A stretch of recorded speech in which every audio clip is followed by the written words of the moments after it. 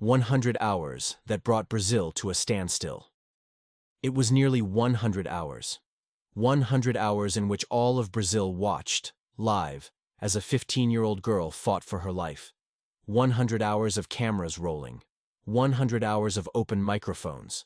100 hours of anticipation. And in the end, 2 shots.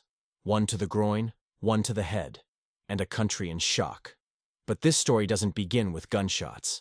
It begins with something far more common: jealousy, control, possession, and a no that wasn't accepted. Eloa Cristina Pimentel was 15 years old, an ordinary teenager, studious, with friends, with dreams. She lived in a housing complex in Santo André, in the greater São Paulo area. A simple life, school, home, family. She started dating young. At 12, he was 19. Lindenberg Fernandez Alves, her first boyfriend. To her, it felt like love. To him, it felt like ownership. The relationship began like many others. Messages, mild jealousy, arguments and reconciliations. But over time, something changed. He didn't accept that she talked to other boys. He was bothered by her outgoing personality. She was communicative. He was insecure. She had friends. He saw threats. And then came the breakup. And that is the turning point of this story. She decided to end it. And he did not accept it. There is a moment in some people's lives when ego speaks louder than reason. And when the ego is fragile, it reacts with violence. After the breakup, Lindenberg began stalking Eloa. He lingered around her school, rode his motorcycle past her house, called repeatedly. This wasn't love, it was control. But no one imagined how far it could go. On October 13, 2008, Eloa was at home with 3 friends. They were working on a school assignment, an ordinary afternoon, until the door opened. And Lindenberg walked in armed. He had already planned it. He was already armed beforehand. He had already decided that this would not be just a conversation. He took them all hostage. 4 teenagers, locked inside a small apartment. And outside, the world began to watch. The first shots were fired early on. Police were called. An officer was shot. The standoff began. Patrol cars, negotiators, press, cameras, helicopters. All of Brazil began following in real time. But there is one detail that completely changes the dynamic of this story. Lindenberg had a television inside the apartment. He watched the coverage. He saw police movement. He heard commentators analyzing strategy. He knew exactly what was happening outside. This wasn't just a hostage situation. It was a spectacle broadcast live. And he was at the center of the stage. Hours passed. He released the 2 boys, but kept Eloa and Nayara, 2 teenage girls, tied up, watched, sleeping with their arms restrained. Imagine being 15 years old and going to sleep not knowing whether you would wake up alive. That was their reality. And outside, crowds gathered, people shouting his name, teenagers asking to see him at the window, a criminal being treated like a celebrity, while 2 girls were captive. That reveals something disturbing about society and spectacle. During negotiations, he made demands. Electricity restored. Food. Guarantees of physical safety. He believed he had control. And for a long time, he did. Police tried to wear him down. They hoped he would give up. But he showed no signs of fatigue. He said he could stay there for a month. The apartment had supplies. In his own mind, he was living a fantasy. As if that captivity were a love nest. As if he were merely isolated from the world with her. That's where the distortion lies. He didn't see it as violence. He saw it as a last chance. At one point he released Nayara. But something inexplicable happened. She went back. She climbed the stairs again. Re-entered the apartment. Many still question that decision today. But we need to understand something. She was 15 years old. She believed she could help. That she could persuade him. That she could prevent the worst. And perhaps that was the most tragic decision of that week. Negotiations dragged on for nearly 5 days, nearly 100 hours. The entire country watching, commenting, opinions forming, criticism growing. And then, police decided to act. A blast, an explosion. An attempt to breach, and in those few seconds, 2 shots. Eloa was hit. Nayara too. The silence that followed was different. It was no longer tension. It was foreboding. Minutes later, a stretcher came out of the building. And it wasn't him. It was her. Eloa died 2 days later. The gunshot to the head caused irreversible damage. Brazil came to a halt. More than 10,000 people attended her funeral. But what remained wasn't only grief. It was questioning. About the media. About the police. About how it was handled. About the exposure. About how a case like this became entertainment. But before we talk about mistakes, we need to understand his mind. Because this wasn't impulse. It was construction. Excessive jealousy. Need for possession. Inability to accept rejection. And one fixed idea. If she's not mine, she won't be anyone else's. That sentence sums up the tragedy. And in the next part, we'll dive into Lindenberg's psychological profile. We'll talk about emotional control, about fragile masculinity, about media spectacle, and about the question that still divides Brazil today. Did the police invasion precipitate the outcome? Or was the tragedy decided from day one? When love turns into control, there is an invisible line between love and possession. And when that line is crossed, what remains isn't feeling, it's domination. In the beginning, the relationship between Eloa and Lindenberg seemed ordinary. She was 12. He was 19. Today, that immediately raises red flags. But at the time, for many families in working-class neighborhoods, it was normal. He worked, seemed responsible, was polite with her parents. But behind the appearance of a good guy, something was growing.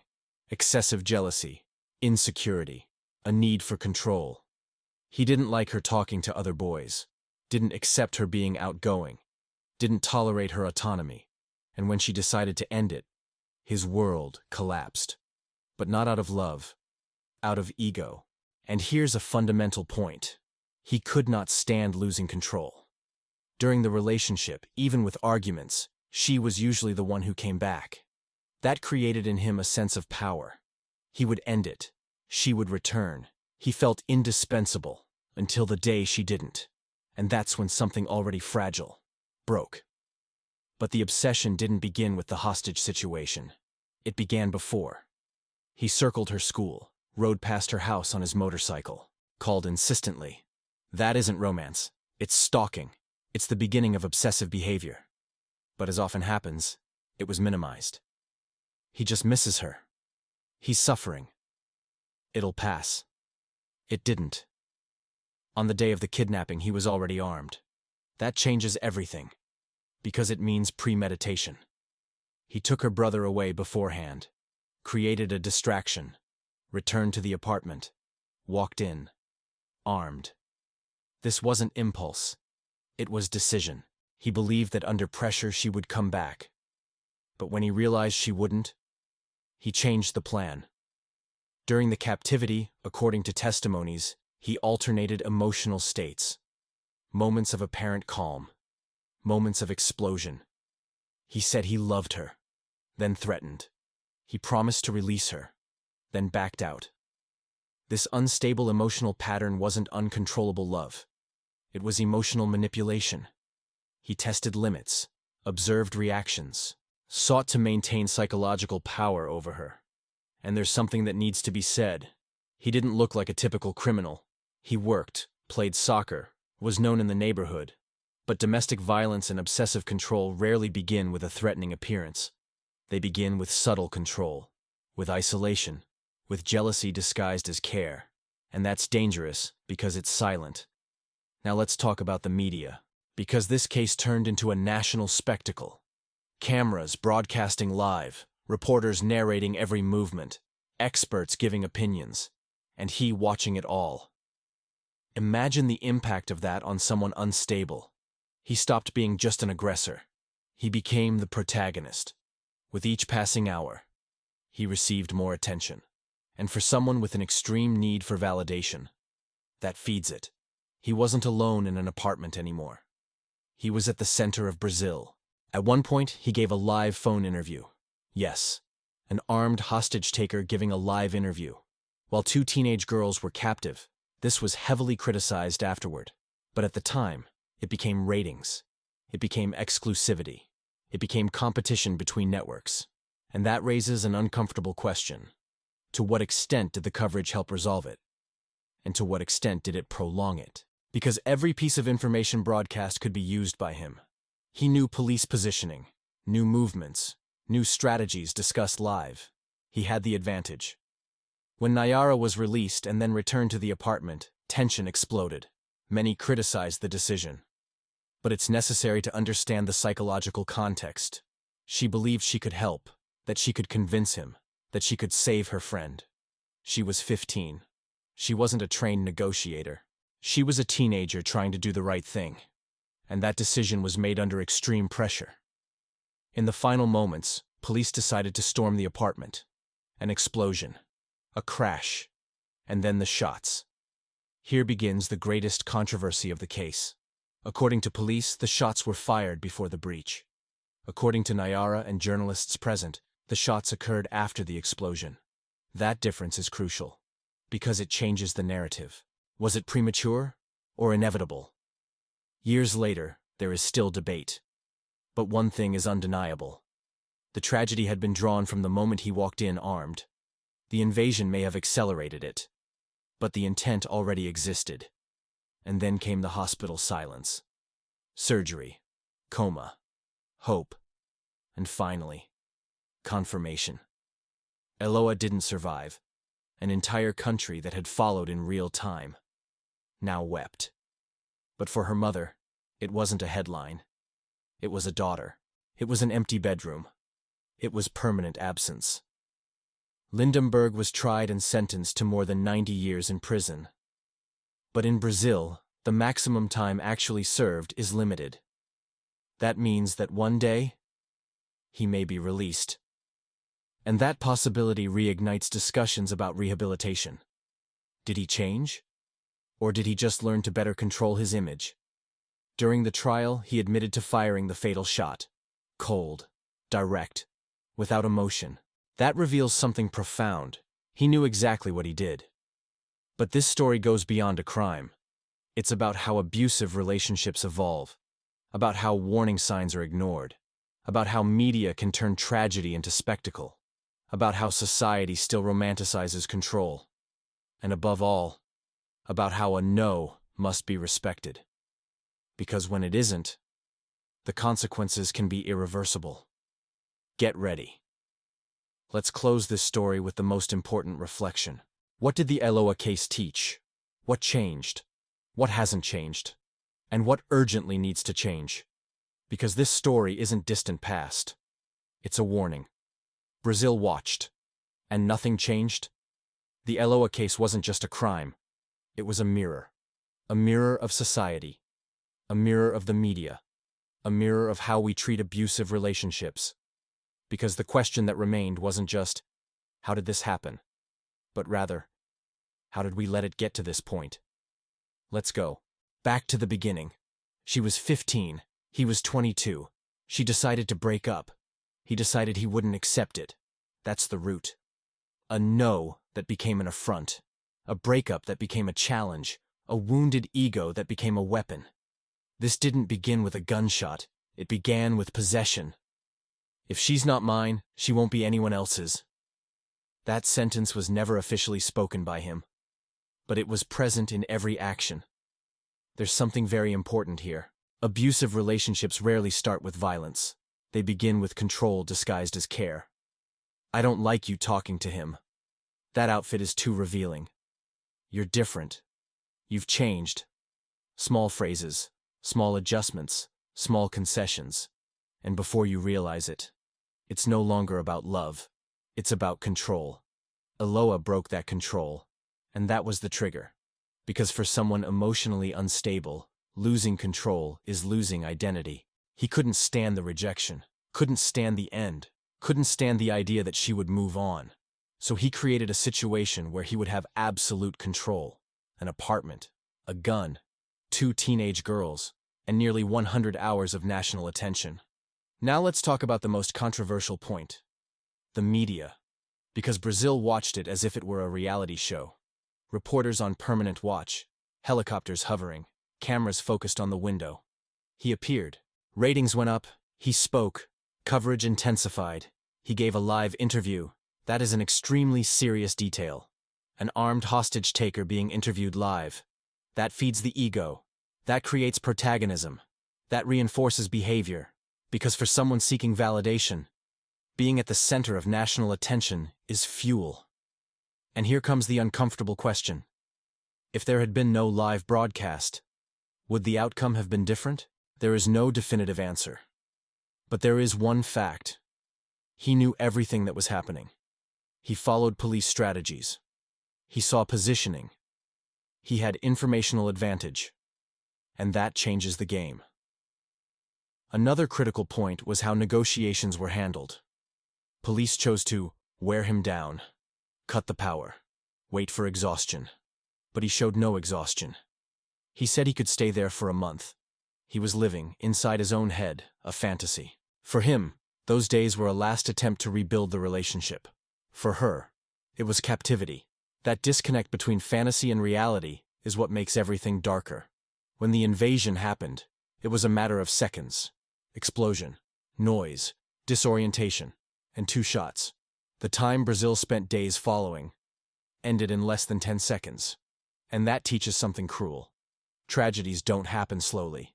They explode. And then came the funeral. More than 10,000 people. National commotion.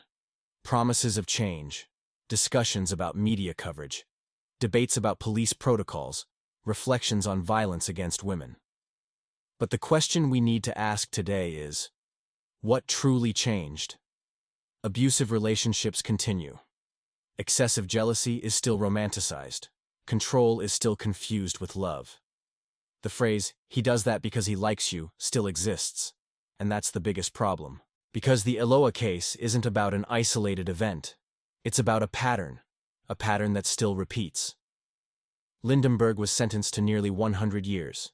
But in Brazil, there is a limit on time served. One day, he may walk free. And that possibility is unsettling, because it forces us to face a reality. Justice punishes, but it doesn't erase, it doesn't bring back, it doesn't repair. Eloa's mother still lives near the place. She still looks at the building. She still remembers. It's not just memory, it's trauma. And trauma has no expiration date, no progression of sentence, no parole. It stays. Now let me ask you a direct question. How many times have you seen someone ignore clear signs of control in a relationship? How many times have you heard, "He's just jealous because he loves you"? "She's dramatic." It's just couple stuff. Small phrases that normalize abuse. And when we normalize control, we pave the road to tragedies. The Eloa case should have been a turning point. But maybe it was just another warning ignored. Because violence over rejection still exists. Obsession with possession continues. And the inability to accept the end still kills. This story isn't about the past. It's about now. It's about teaching young people to recognize the signs. It's about parents understanding patterns of control. It's about not minimizing stalking. It's about taking threats seriously. Because almost always, before the extreme act, there are signs. Eloa was 15 years old. She just wanted to move on. But she encountered someone who wouldn't accept it. And when someone doesn't accept your no, that's not romantic persistence. It's danger. If this story moved you, share it.